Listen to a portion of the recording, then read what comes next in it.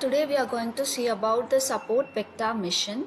In linear models, we'll be seeing about the linear classification, univariate linear regression, multivariate linear regression and regularized regression, logistic regression, perceptrons and multi-layer neural networks, learning neural network structures, support vector machines and soft margin SVM, which is going beyond linearity and generalization and overfitting, regularization and validation. These are the things we are going to learn about in this module. And coming to the support vector machine, it is a supervised machine learning algorithm which can be used for both classification or regression challenges. However, it is mostly used in classification problems. Support vectors are simply the coordinates of individual observation, and the SVM classifier is a boundary which best segregates the two classes as hyperplane and line. And SVM algorithm can be used for phase detection, image classification, text categorization and etc. Coming to the types of the support vector machine, we have linear SVM, hard margin classifier, soft margin classifier and non-linear SVM.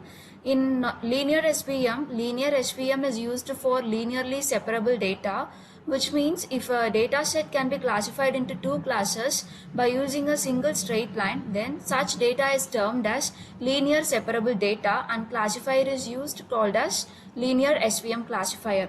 And coming to the non-linear SVM is used for non-linearly separated data, which means if a data set cannot be classified by using a straight line, then such data is termed as nonlinear data and classifier is used as nonlinear SVM classifier.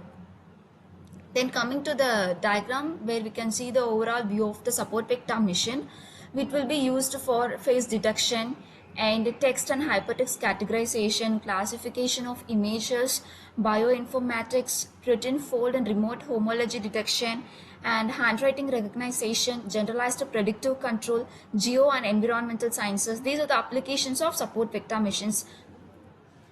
Then coming to phase detection, this SVM classify parts of the image as a phase and non-phase and create a square boundary around the phase.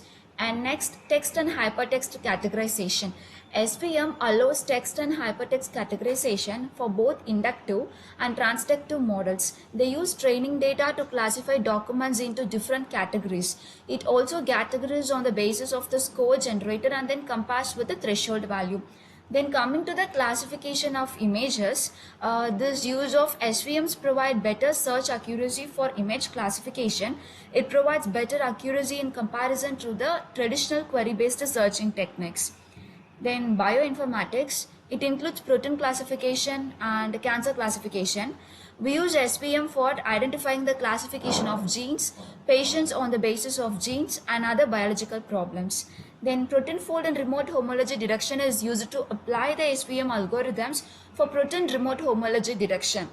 Then next, coming to handwriting recognition, we use support vector machine to recognize handwritten characters used widely. Then generalized predictive control is used where we use SVM based GPC to control chaotic dynamics with useful parameters. Here we will build our initial concept of SVM by classifying perfectly separated data set, that is using linear classification, and also we will be calling it as linear SVM, that is hard margin classifier. Here we used hyperplane to classify the data set points. And also we will extend our concept of hard margin classifier to solve for data set where there are some outliers.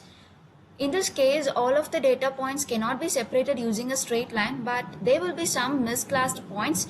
This is similar of adding regularization to a regression model. And coming to the hyperplane and support vectors in the SVM algorithm, hyperplane is nothing but there can be multiple lines and decision boundaries to segregate the classes in n-dimensional space, but we need to find out the best decision boundary which helps to classify the data points. And this best boundary is known as hyperplane of SVM.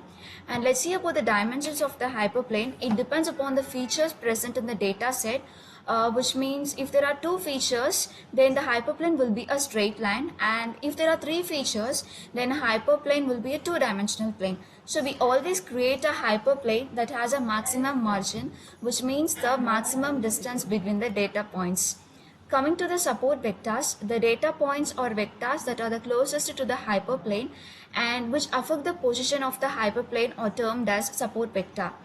Coming to the linear SVM is nothing but the working of the SVM algorithm can be understood by using an example. Suppose we have a data set that has two tags, that is green and blue, and the data set has two features x1 and x2. So we want a classifier that can classify the pair x1 and x2 of coordinates in either green or blue. So let us consider the following image for the segregation between classes. Here we have positive hyperplane and negative hyperplane and support vectors and maximum range. So all these will be used to segregate classes using segregation.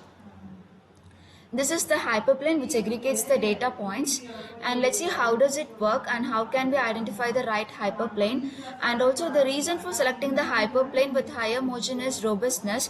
If we select a hyperplane having low margin, then there is high chance of misclassification. So we are using the best hyperplane. Then complex data set. So under complex data set, we are having nonlinear SVM. If data is linearly arranged, then we can separate it by using a straight line. But for nonlinear data, we cannot draw a single straight line. Consider the below image, you can understand it better. So to separate these data points, we need to add one more dimension. For linear data, we have used two dimensions x and y. See, for the nonlinear data, we have added a third dimension z, and it can be calculated by the formula z is equal to x square plus y square. So now SVM will divide the data set into classes in the following way. As you can see in the below image. Now let's see about the soft margin. What soft margin in the sense, it tolerates a few dots to get misclassified, and it tries to balance the trade-off between finding a line that maximizes the margin and minimizes the misclassification. Here we have two types of misclassification, that is where the dot is on the wrong side of the decision boundary but on the correct side on the margin shown on the left. This is one type of misclassification, and another type of misclassification is that the dot is on the wrong side of the decision boundary and on the wrong side of the margin, which is shown on the right side. If you want to create a new Z dimension, we use a rule that it is calculated a certain way which is convenient for us with the equation of a circle called Z is equal to x square plus y square, and this will give us a three-dimensional space. Taking a slice of that space, it looks like this. From a different perspective, the data is now in two linearly separated groups. And the hyperplane is a plane parallel to x-axis at a certain z.